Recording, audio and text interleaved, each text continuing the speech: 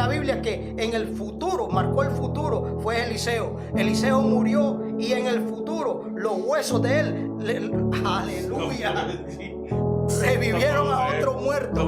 Alabado sea Dios. Legado es lo que penetramos en el corazón. Alabado sea Dios. Legado es principios que ponemos, ¿verdad?, en aquellos que nos ven, en aquellos que nos rodean. Alabado sea Dios. ¿Qué es lo que estamos hablando en esta noche, hermano? Mire, que le seamos de buen ejemplo a los que los ven. Alabado sea el nombre de Jesús. Que marquemos una generación que aprenda a amar a Dios. Que marquemos una generación que no abandone a Dios por una media tormenta. Alabado sea el nombre de Jesús. La gente tiene que saber que la lluvia te moja, pero hay una temperatura del sol que te seca.